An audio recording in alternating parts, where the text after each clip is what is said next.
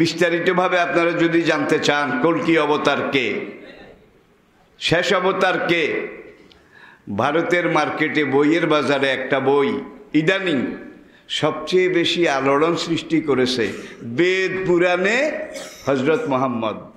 প্রাচীন ভারতে সত্যযুগ, ত্রেতা যুগ, দাপর যুগ, আমাদের নবী আসার পর থেকে কলির যুগ, কলির যুগ। সেই তিন যুগে এক মেয়ে বা দ্বিতীয়াং ব্রহ্মা সর্বাং খর্বিদং ব্রহ্মা সর্বধর্মাং পরিত্যজ্য মামেকং শরণং ব্রজ এতস্মিন্নন্তরে ম্লেচ্ছ আচার্যং সমন্বিতা মহামদ ইতি খ্যাত শিষ্য শাখা সমন্বিতা নিরিপর্চ মহাদেবং মরুস্থল নিবাসিনম গঙ্গা জলস্য সংস্নাপ্য পঞ্চগব্য সমন্বিতা নমস্তে গিরিজানাথ মরুস্থল নিবাসিনম ত্রিপুরাসুর নাশয় বহুমায়া প্রবর্তিনম। আবার বলা হচ্ছে মদবর্তিতা দেবং, কলির যুগে মানুষের মুক্তির জন্যে যে মহাদেবতা যিনি হয়ে আসবেন তার নামের প্রথম অক্ষর হবে ম। অ্যাটেনশন প্লিজ, মদৌ বর্তিতা দেবং। কলির যুগে যিনি সবচেয়ে বড় ধর্মাবতার হয়ে আসবেন তার নামের প্রথম অক্ষর হবে ম। দকারান্তে অন্ত, শেষ অক্ষর হবে আন্ডুবাঙ্গা দ। প্রথম অক্ষর ম, শেষ অক্ষর আন্ডুবাঙ্গা দ। মসজিদ, মসজিদ। ঠেন্ডা বাঙ্গালি আবার মসজিদের পিছে লাইন ধরে নাকি? মসজিদ তুমি এগিয়ে চলো, আমরা আছি। যার জন্যে বেদ বলছে মসজিদের ম আর দ না, মহামদ ইতি খ্যাত। প্রথম অক্ষর ম, শেষ অক্ষর দ, মানে মুহাম্মদ ইতি খ্যাত। তারপরে আর নবী আসবেন না। শিষ্য শাখা সমন্বিতা, তার শিষ্যরা সাহাবারা সবসময় তাকে ঘিরে থাকবেন। লাইলাহা হরতি পাপং, সে মুহাম্মদ সাল্লাল্লাহু আলাইহি ওয়াসাল্লাম আসলে তুমি যদি একবার লা ইলাহা ইল্লাল্লাহ পড়ো তোমার সব গুনাহ মাফ হয়ে যাবে। কিরে ভাই, লা ইলাহা একবার যদি পড়ো তোমার সব গুনাহ মাফ হয়ে যাবে। মৃত্যুর পরে তুমি যদি স্বর্গ সুখ, বেহেশতের সুখ লাভ করতে চাও, আলিল্লাহা পরম পদং, লাইলার সাথে ইল্লাল্লাহ যোগ করো, চাকরিতে প্রমোশন হবে, ব্যবসায় বরকত হবে, দুনিয়াতে কল্যাণ হবে। তা বৈকুণ্ঠে স্বর্গবাসং, অনন্ত জীবন যদি বেহেশত লাভ, স্বর্গ লাভ করতে চাও তজপি নাম মোহাম্মদ। তাইলে লা ইলাহা ইল্লাল্লাহর সাথে মোহাম্মদের নাম যোগ করে পড়ো, বেদের কথা। আরেক জায়গায় বলা হচ্ছে যে তস্মিন্নন্তরে ম্লেচ্ছ আচার্যং সমন্বিতা নমস্তে গিরিজানাথ মরুস্থল নিবাসিনে ত্রিপুরা সুরনাশয় বহুমায়া প্রবর্তিনম বৃষনাথ ভক্ষয়ে সদা জ্ঞানং শাশ্বত স্মিতা। যেই গরুকে ৩৩ কোটি দেবতা মনে করে তোমরা, গরুর সামনে কি পেন নাম এরকম বোধ নাই, ৩৩ কোটি দেবতার এক দেবতা। কেউ যদি কোনো গুনাহ টুনা করে তাইলে সে যদি গরু দেবতার গোবর একবার খায় সব গুনাহ মাপ। কয় তুই পাপ করে যেই মহাপাপ করেছিস এবার দেবতার গু খা। তারা গোবরের তাবরক মনে করে, গরুর সোনা এটারে মনে করে সরাবান্ত হুরা, এটা খেলে সব পাপ। ভারতের এক প্রধানমন্ত্রী ছিল, প্রত্যেক দিন সকালে ঘুম থেকে উঠে টাটকা গরুর সোনা আধা জগ, কি লাল বাহাদুর কয় না শাস্ত্রী, লাল বাহাদুর শাস্ত্রী, তিনি পাইকারিভাবে খাইতেন সোনা। আর এখন যারা বাবরি মসজিদ ভাঙে তারা পাইকারিভাবে খায় গোবর। আমি কাউকে আঘাত করার জন্য কথাগুলো বলছি না, বিস্তারিতভাবে আপনারা যদি জানতে চান কল্কি অবতার কে, শেষ অবতার কে, ভারতের মার্কেটে বইয়ের বাজারে একটা বই ইদানিং সবচেয়ে বেশি আলোড়ন সৃষ্টি করেছে বেদ পুরাণে হজরত মুহাম্মদ। বেদ পুরাণে হজরত মুহাম্মদ। এই ব্রাহ্মণ বেচারায় বেদ, গীতা, উপনিষদ এগুলা থেকে সব শ্লোক একত্র করে প্রমাণ করেছে যে সর্বশেষ অখাতামান নাবিয়িন, শেষ নবী যিনি, তিনি মুহাম্মদের রাসূল সাল্লাল্লাহু আলাইহি ওয়াসাল্লাম। ঢাকা বাইতুল মোকাররম দক্ষিণ গেটে বইয়ের দোকানে আপনারা ঢাকা গেলে একটা কিনে নিয়ে আসবেন, বেদ পুরাণে হযরত মুহাম্মদ, তাইলে আর আমারও ওয়াজ করা লাগবে না, আপনারা আমাকে পড়াইতে পারবেন, জ্ঞানও বাড়বে, আল্লাহ আল্লাহ নবীকেও চিনবেন। আসেন এবার শেষ কথা। আব্দুল মুত্তালিব আব্দুল্লাহকে বিয়ে করাবার জন্য যাচ্ছেন, বিচ্ছিন্ন দুই একটা কথা, বিয়ে করাবার জন্যে মদিনার পশ্চিম দিকে একটা সমুদ্র বন্দর আছে ইয়াম্বু। ইয়াম্বু, যারা সৌদি আরব ছিলেন, ইয়াম্বু, এই ইয়াম্বু এবং মদিনার মাঝখানে, মদিনা থেকে 40 কিলোমিটার পশ্চিম দিকে একটা পাহাড়, টিলা, আর এখানে ইস জঙ্গল, সন, নরখাগড়া, একবারে জঙ্গল জায়গাটা। এই মদিনার পশ্চিম দিকে এই জায়গার পাশে একটা কবিলা বাস করে, খুবই শালীন, খুবই ভদ্র। কবিলাটার নাম কবিলায় বনি নাজ্জার, বনি নাজ্জার। এখন আব্দুল মুত্তালিব, তার সবচেয়ে ছোট ছেলে আব্দুল্লাহ, চিনছেন? চিনছেন? সর্বকনিষ্ঠ পুত্র আব্দুল্লাহ, খোঁজখবর নিয়ে তিনি বনি নাজ্জার গোত্রের সেখানে আব্দুল্লাহর বউ হিসাবে একটা মেয়ে চয়েস করেছেন। আজকে মক্কা থেকে রওনা করে কুরাইশের এই কাফেলা মদিনার উপকণ্ঠে বনু নাজ্জার গোত্রে যাচ্ছে আব্দুল্লাহকে বিয়ে করাবার জন্যে। সেই বনু নাজ্জার গোত্রের একটা মেয়ে, তাকে বিয়ে করাবার জন্যে তারা যখন ইয়াম্বুর কাছাকাছি গেল, তখন একটা মহল্লা, একটা মরুদ্যান, সেখানে অনেক লোকের বাস। ওই গ্রাম বাংলায় একটা কথা আছে, দুলা আইয়ে, দুলা আইয়ে, নাকি এই ধরনের একটা রব উঠলো, দুলা আসে, দুলা। এখন সব বালক বালিকা, আবার বৃদ্ধ বনিতা, তারা তাঁবু থেকে বাইর হইয়া রাস্তার কিনারে দাঁড়িয়ে দুলা চাইতে আসে আর কি, এটা বুঝছেন তো, দুলা চাইতে আসছে। তাদের সেখানে একটা মেয়ে ছিল, অনিন্দ সুন্দরী রূপের পিরামিড, ষোড়শী উর্বশী। এই মেয়েটাও তামসা চাওয়ার জন্য এসেছে। প্রথমে আব্দুল মুত্তালিব এক উটের উপরে, নাম্বার 2 সেকেন্ড উটের উপরে দুলা। দুলা কে? কে? আব্দুল্লাহ। কার আব্বা? কার আব্বা? নবীজির আব্বা। এখন আব্দুল মুত্তালিব নবীজিকে নিয়ে যাচ্ছেন ওই গোত্রে। একটা মেয়ে, সে আব্দুল্লাহর চেহারার দিকে তাকাইল, একবার তাকিয়ে সে এখন আর চোখ ফিরা না, চোখ নামায় না, সে শুধু কাঁদে। সঙ্গী সাথীরা এসে জিজ্ঞেস করলো, মা ইয়াব কি কে, যে মেয়ে তুমি কাঁদছো কেন? কই যে বুড়ার পিছনে 2 নম্বর উট, 2 নম্বর উটের পিঠে যে লোকটা আব্দুল্লাহ, সে তো বিয়ে করতে যায় বনি নাজ্জার গোত্রে। বনি নাজ্জার গোত্রের আমেনা, আমেনা একত্রে আমরা খেলাধুলা করেছি, আমেনাকে আমি ভালো করে চিনি। আমেনার চাইতে রূপ লাবণ্য সুষমা সৌন্দর্য আমার অনেক বেশি।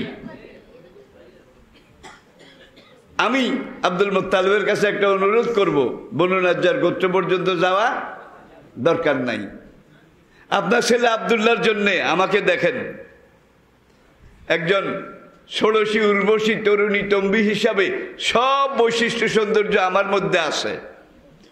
আপনি আপনার ছোট ছেলে আব্দুল্লাহ, তার জন্যে আমাকে দুলাইন হিসাবে, পুত্রবধূ হিসাবে নির্বাচন করুন, গ্রহণ করুন। আব্দুল মুত্তালিব মেয়েটার দিকে একটু চাইলেন, কাহা মা, তোমার মধ্যে সব বৈশিষ্ট্য বহার মতো আছে, কিন্তু আমরা কুরাইশ, যেহেতু বনু নাজ্জার গোত্রে কথা দিয়ে ফেলেছি, ওয়াদা করেছি, এখন সেখান থেকে ফিরে তোমাকে বিয়ে করানো এটা আমার পক্ষে সম্ভব নয়। ওয়াদা ভঙ্গ করা কুরাইশের ঐতিহ্য নয়। তবে মা, তোমাকে বলে গেলাম, সেখানে গিয়ে বিবাহপূর্ব কথাবার্তা বাক বিতণ্ডা বার্গেনিং, সেখানে কোনোভাবে যদি তারা স্লিপ করা বুঝছেন তো, হিসুনি দায় যায়। আমিও আদা করলাম মক্কা ফেরার সময় আব্দুল্লাহকে তোমার সাথে বিয়ে পড়াইয়া পুত্রবধূ হিসাবে নিয়ে যাব। মেয়ে জিজ্ঞাসা করে, বাবা যদি আমেনাকে পছন্দ হয়, তাইলে আমেনাকে বিয়ে করাইতে হবে। আরবেও একাধিক বিবাহ, এটা ঘৃণিত নয় বরং স্বীকৃত। তাইলে বাবা আপনার কাছে একটা অনুরোধ থাকলো, আপনি ফেরার পথে আব্দুল্লাহর সেকেন্ড ওয়াইফ আপনার দ্বিতীয় পুত্রবধূ হিসাবে আমাকে, শুধু এগুলো বলে আর মেয়ে কান্দে, শুধু কান্দে। আব্দুল মুত্তালিব বললেন ঠিক আছে তাই হবে। চলে গেলেন বনু নাজ্জার গোত্রে। সেখানে মা আমেনার সাথে বিয়ে হয়ে গেল। বরযাত্রী সেখানে 3 দিন থাকলেন। এই সময় মা আমেনার সাথে আব্দুল্লাহর রসুমত মধুচন্দ্রিমা এটা হয়ে গেল। আল্লাহু আকবার। আব্দুল্লাহর পেশানি থেকে মোহরে নবুয়ত আমিনার গর্ভে চলে গেল। 3 দিন পরে এখান দিয়ে কাফেলা মক্কার দিকে যায়। আব্দুল মুত্তালিব সেখানে থামলেন। 3 দিন আগের ওই মেয়েটা কোথায়, তাকে একটু দেখো। সে আব্দুল্লাহকে পাওয়ার জন্য স্বামী হিসাবে ওই দিন বহুত কান্নাকাটি করেছে। এখন মেয়েটাকে ডাকো, সে যদি রাজি হয় তাহলে আব্দুল্লাহর সেকেন্ড ম্যারেজ, দ্বিতীয় বউ হিসাবে আমি মেয়েটাকে পুত্রবধূ করে নিয়ে যাব। মেয়েটা দৌড় দিয়ে আসলো, এসে আব্দুল্লাহর চেহারার দিকে তাকাইলো, তাকাইয়া হাউমা করে মেয়েটা কেঁদে দিল। আব্দুল মুত্তালিব জিজ্ঞাসা করেন, মা তুমি কাঁদছো কেন? আমি তো তোমাকে পুত্রবধূ হিসাবে বরণ করার জন্য এসেছি। মেয়ে কান্দে, আর কার দরকার নাই। যেটার জন্য 3 দিন আগে কান্নাকাটি করেছি, যেটার জন্য নির্লজ্জের মতো আপনার কাছে আমি নিজে বিয়ের প্রস্তাব দিয়েছি, যেই রত্ন 3 দিন আগে আমি আব্দুল্লাহর কপালে দেখেছিলাম সেটা ট্রান্সফার হয়ে গেছে। আব্দুল্লাহকে স্বামী হিসাবে পাওয়ার জন্য আমি কাঁদছি না, আমি কাঁদছিলাম এখানের যেই একটা নূরের জ্যোতি ছিল, মোহরে নবুয়ত, সেটা যেন আমি গর্ভে ধারণ করতে পারি। এখন সেটা চলে গেছে। এখন আপনি যদি আমাকে হাজারো লাখ সোনা দানা দিয়ে ঢেকেও রাখেন, আব্দুল্লাহর সাথে আমি বিয়ে বসতে রাজি নই। যে চিনে সে কিনে, যে চিনে সে কিনে। আব্দুল মুত্তালিবের দাদা মদর ইবনে কুরাইশ বুড়ো হয়ে গেছে, মৃত্যুর মুখামুখি। 4টা ছেলে ছিল, 4টা ছেলেরা মদরকে বলে, আই রিপিট, আব্দুল মুত্তালিবের দাদা, তাহলে হুজুরের দাদার দাদা। এখন মদরের জীবনের শেষ সময় 4 ছেলে এসে বলে, আব্বা আপনি আল্লাহর আইন অনুযায়ী আপনার যে সম্পদ আছে এগুলো আমাদের যেহেতু কোনো বোন নাই, আমাদের 4 ভাইয়ের মধ্যে ভাগ করে দেন, সমানভাবে ভাগ করে দেন। মদর বললেন, হে আমার সন্তানরা, আমি নিজে ভাগ করব না। মৃত ব্যক্তির পরিত্যক্ত সম্পদ মিরাস কিভাবে ভাগ হয় এটা তাওরাতে আছে, জবুরে আছে, ইনজিলে আছে। তখন তো কোরআন আসে নাই, এই জন্য রেফারেন্সে কি আসলো? তাওরাত, জবুর, ইনজিল। আমি মরে গেলে আগে তোমরা আমাকে দাফন করিও, আমাকে দাফন করে 3 দিন মক্কা অবস্থান করিও, শোক 3 দিন। 3 দিন পরে তোমরা বসরা যাবে, সিরিয়ার বসরায়। সেখানে এই নামে তাওরাতের একজন বড় আলেম আছে, তার কাছে যাবে, গিয়ে তার কাছে অনুরোধ করবে, আমাদের বাবা মরে গেছে, বাবা এই সম্পদ রেখে গেছে, এখন বাবা ওসিয়ত করে গেছে, যে বাবাকে দাফন করার পরে যেন আপনার কাছে আসি, হুজুর আপনি দয়া করে বলে দেন বাবার এই সম্পদটা আমরা কিভাবে 4 ভাই ভাগ করে নেব। 4 ভাই রওনা করেছে মক্কা থেকে। 3 দিন পরে যেতে যেতে যেতে বসরার কাছাকাছি মঞ্জিলে প্রায় পৌঁছে গেছে। এমন সময় দেখে যে কয়েকজন লোক, তাদের হাতে খুরমা খেজুর গাছের বর্গা রুয়া আদল, দড়ি, কাশি এগুলা লই আসার খুলে দৌড় দেয়। কুরাইশের এই 4 ভাই ডরাইছে, ভাইরে ভাই দড়িও আছে, বাঁশও আছে, খেজুর গাছের বর্গাও আছে, জানি আমাদেরকে মারতে মারতে আসে নাকি। এরা রাস্তার কিনারে দাঁড়িয়ে গেল। তারা এসে এখন জিজ্ঞাসা করে, তাদের গত রাতে উঠে একটা আস্তাবল থেকে দড়ি ছিঁড়ে বেগে গেছে। এখন তারা উঠে এটার খোঁজে রাস্তায় নামছে। এখানে আসার পরে মদরের 4 ছেলে, তাদের সাথে দেখা হলো। এখন বলে, ভাই তোমরা কোথা থেকে আসো? কুরাইশের 4 ভাই বললো, আমরা মক্কা থেকে এসেছি। ভাই গত রাত্রে আমাদের একটা উট আস্তাবল থেকে এইভাবে ভেঙে গেছে, তোমরা ওই দিক থেকে আসছো, আমাদের উটটাকে যেতে রাস্তাঘাটে দেখছো টেকছো কিনা? 4 ভাই বলে, খোদার কসম আমরা দেখি নাই। কি উট, কার উট? আমাদের উট দেখা এটা দরকারও ছিল না, কিন্তু এখান দিয়ে কোনো উট আমরা দেখি নাই। 4 ভাইয়ের বড় ভাই, যেটা বড় ভাই, সে বলে, হ্যাঁ আমরা উট দেখি নাই, আসলে জানিও না। তা আপনাদের যে উটটা হারিয়ে গেছে, এই উটটার ডাইন পায়ের বাম দিকের খুরাটা নাই। ডাইন পায়ের সামনের ডাইন পায়ের খুরা তো 2 ভাগ, একটা হলো ডাইন পাশে আর একটা বাম পাশে। উট দেখি নাই বলতেও পারবো না, তবে আপনাদের যে উটটা হারিয়ে গেছে ওর সামনের ডাইন দিকের ডাইন পায়ের ডাইন দিকের খুরাটা বোধহয় নাই। আসলে ঠিক এরমে আসিল, খুরা হেঁটে অ্যাক্সিডেন্টে পাথরের আঘাতে এটা পড়ে গেছে। এখন এই ডাইন দিকের খুরার অর্ধেক আছে, অর্ধেক নাই। উটের মালিকদের সন্দেহ গাঢ় হইল যে ডাইন দিকের খুরার অর্ধেক নাই, এটা যখন কইতে পারছে নিশ্চয়ই আমাদের উট জবাই করে খাইছে। কাটাকুটার সময় দেখছে এই খুরার অর্ধেক নাই। এখন তারা আরো শক্ত হয়ে গেছে, উট বাইর করে দেওয়ার, নইলে তোমাদেরকে এখানে খেজুর গাছের সাথে বেঁধে জবাই করব। মানে আল্লাহর কসম আমরা উট খাইও নাই, দেখিও নাই, উট সম্পর্কে কিছু জানিও না, তবে ডাইন পায়ের ডাইন দিকের খুরের অর্ধেক নাই। এখন লোকগুলা মালিকের, খুরের অর্ধেক নাই, এটা জানছো কেমনে? সেটা আমাদের এখন বলার জিনিস না।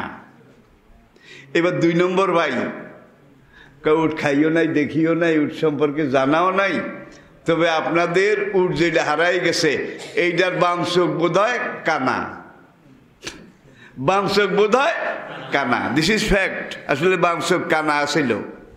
মালিকদের এই সন্দেহ আরো গাঢ় হইল, এই জারুয়ারা উট জবাই করি খাইছে, বাম চোখ কানা, এটা তাহলে দেখলো কেমনে? কয় উঠ দে, কয় খোদার কসম দেখি নাই। কয় বাম চোখ কানা কইলি কেমনে? কয় সুরতে হাল। এইটাকে পর্যবেক্ষণ করে আমরা বলেছি। একটু পরে 3 নম্বর ভাই, সে বলে, খোদার কসম আমরা উঠ দেখিও নাই, জানিও না, জবাই করেও খাই নাই, তবে আপনাদের হারিয়ে যাওয়ার উঠটার লেজে তো নাই। লেজ আসলে লেজ ছিল না, একটা দুর্ঘটনায় লেজ কেটে গেছিল। মালিকদের সন্দেহ আরো গাঢ় হইল। সামনের ডাইন পায়ের ডান দিকের খুন নাই, বাম চোখ কানা, আবার এখন আরেক ভাইয়ে কয় লেজ নাই। এরাই উট জবাই করে খেয়ে টেয়ে এখন বড় হুজুরের কাছে যায়। তারা 4 ভাইকে অ্যারেস্ট করে গ্রেপ্তার করে বড় হুজুরের কাছে লই গেছে। ওই যে বড় হুজুরের কাছে এরা বাপের ওসিয়ত অনুযায়ী যাচ্ছে আর কি, বড় হুজুরের কাছে নিয়ে গেছে। বড় হুজুর তাওরাতের সেই যুগের সবচেয়ে বড় ধর্মীয় নেতা। তিনি তার ছাগলের খামারের যে দায়িত্বশীল মূল তাকে ডাকলো, ডেকে বলল যে আমার কোরেশ মেহমান, এনারা বড় সম্মানিত, এনাদেরকে আমার বকরির দুধ এনে বকরির দুধ দিয়ে মেহমানদারি করো। বকরির খামারের সেই দায়িত্বশীল সে পাথরের পেয়ালায় করে 4 ভাইয়ের জন্য 4 পেয়ালা নিয়ে আসলো। এরা 4 ভাই অনেক সময় পর্যন্ত খায় নাই, ক্ষুধাও আছে, পিপাসাও আছে, হুরু থুরুর টান দি লগে লগে খাইয়ে লেছে। খাইটাই ডেকে দি কয়, হুজুর এত সুগ্রাম, এত গাঢ়, এত মিষ্টি বকরির দুধ কোনোদিন খাই নাই। তবে আপনার রাখাল যেই বকরির দুধ দিছে, বকরি এইটা ছোটকালে কুত্তার দুধ খাইছে।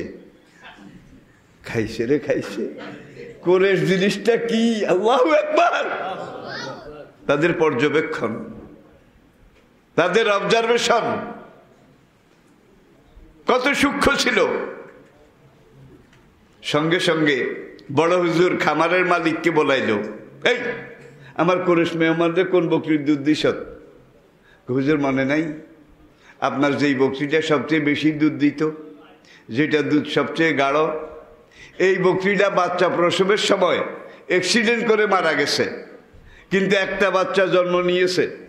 আমি এখন চিন্তা করলাম, এত জাতে সাগি মরে গেছে, যাক একটা বাচ্চা যখন রেখে গেছে এইটারে বাঁচানোর চেষ্টা করা দরকার। আমি দেখলাম আমাদের খামারের একটা তাঁবুর পাশে এখানে একটা কুত্তি মাদি কুকুর, এইটা বাচ্চা দিয়েছে, সারাদিন শুয়ে থাকে। আমি এই বকরির বাচ্চাটা মরে যায় নাকি এই জন্য এইটারে কোলে করে নিয়ে কুত্তির দুধের মধ্যে লাগাই দিছি। এখন দেখি যে বাচ্চা চুক চুক চুক চুক চুক চুক করে খায়, কুত্তিও ওকে জিব্বা দিয়া চাটে সন্তানের মতো। হুজুর কথা তো ঠিক, ছোটকালে এইটা কুত্তির দুধ খাইছে। নাম্বার 1। নাম্বার 2, এইবার হুজুর জিজ্ঞাসা করে যে আমাদের হারিয়ে যাওয়া উট, এইটার যে ডাইন চোখ কানা, এইটা তোরা কেমনে বুঝলি? হুজুর এইটাও তো সুরতে হাল, ঘটনা দেখে আমরা এইটা আন্দাজ করেছি। আচ্ছা কেমনে? আসলেও ডাইন চোখ কানা আসিল। এখন হুজুরকে ডাইন চোখ কানা যে কেমনে বুঝত? আপনার এই লোকগুলো যখন বাঁশ লাঠি লইয়া তাদের হারানো উট এটা খোঁজার জন্য যাচ্ছিল, তখন আমাদেরকে উটের কথা জিজ্ঞাসা করার পরে আমাদের খেয়াল হইল, একটু আগে আমরা এই মরুপথে আসতে আসতে দেখেছি যে রাস্তার 2 পাশে কচি কচি ঘাস, কচি কচি ঘাস, এত সুন্দর ঘাস তরতাজা। এখান দিয়া রাস্তার বাম পাশে খাইছে, 200 হাত দূরে আবার রাস্তার বাম পাশে খাইছে, 600 হাত দূরে আবার রাস্তার বাম পাশে খাইছে। ডাইন পাশে কিন্তু এর চেয়ে ভালো আরো তরতাজা ঘাস, একটা কামড়ও নাই। যখন এরা উটের খবর জিজ্ঞাসা করছে, আর এই যে এখান দিয়ে খাইছে শুধু বাম পাশে, ডাইন পাশে এক কামড়ও খায় নাই, তখন আমার খেয়াল হয়েছে উটটা বোধহয় 1 ব্যাটারি আসিল, ডাইন দিকে চোখ ছিল না। ডাইন দিকে চোখ থাকলে 1 কামড় হইল অন্তত খেত। এখন উটের মালিকের আসলে অত ডাইন চোখ নাই, এরা উট না খাইলে এইভাবে কেমনে? পরিষ্কারভাবে বলে, চারিভাবে বলে, খোদার কসম দেখিও নাই, খাইও নাই, জানিও না। এইবার সেজো ভাই, সে বলে, ভাই তোমাদের উটটা তো হারিয়ে গেছে, তবে উটটা তো লেজও নাই। খাইছে, উটটা তো লেজ নাই। মাকতুউদ্দম, হাদিসে মাকতুউদ্দম কুরাইশের বৈশিষ্ট্য।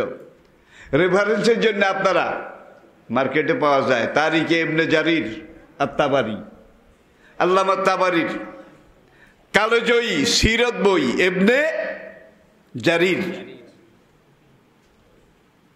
এটা পড়ে দেখেন, এই পুরা ঘটনা আপনারা পেয়ে যাবেন।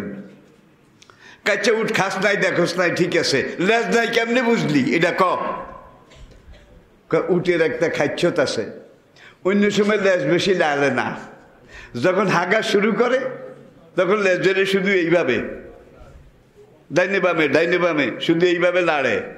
যার জন্য প্রথম লাদা এখানে ডান দিকে ছিঁড়াইছে, পরের লাদা বাম দিকে ছিঁড়াইছে, ওই লেজ দিয়ে আর কি। ওরা যখন উটের কথা জিজ্ঞেস করলো, সেজু ভাই কয় আমার মনে পড়লো একটু আগে 2 জায়গায় উটের লাদি দেখছি। লাদিগুলা কেমন? লাদা, তার উপরে লাদা, তার উপরে আরেক লাদা, পুরা লাদিটা 3 তালা। 3 তালা যদি লেজ থাকতো তাইলে লাদি এইভাবে 3 তালা হইতো না, এইভাবে সারা রাস্তায় ছড়ানো হতো। ভাই, ইসলামের কথা শুরু আছে কিন্তু শেষ নাই। আত্মায়াতের কায়দায় বসুন, আত্মায়াতের কায়দায় বসুন। আমরা সবাই পড়ি আলহামদুলিল্লাহ। যেটুক কথা আমরা ইসলাম সম্পর্কে, নবী সম্পর্কে, কোরআন সম্পর্কে, হাদিস সম্পর্কে, ইসলামের আদর্শ ঐতিহ্য সম্পর্কে জানতে পেরেছি, আল্লাহ পাক আমাদেরকে আমল করার তৌফিক দান করুন।